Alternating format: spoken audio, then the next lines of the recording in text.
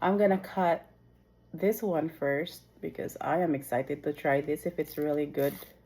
I don't know where this from. It doesn't say where it came from, but this is kaimito. That's what it looks like. Kaimito. So usually, ano na siya pag-open sa una. Pwede mo gina mo para na ang ikat. Pero, I wanna show you how it should be done. Then there's gonna be, ooh, it's juicy. It's like milky inside. It's really good. Yes, oh, it's juicy. That's why I have a paper plate, not paper plate, but a towel. It's really good. It has a seed inside. And it looks like this.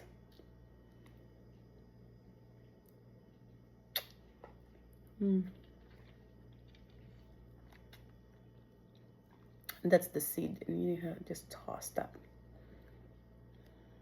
Lamig kayong kaimito.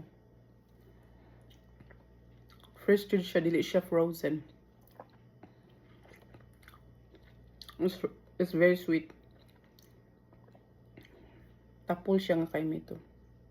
Pero di siya inong tapol kay kanamo to sa una nga grabe siya katapol na even in this side it's really dark purple.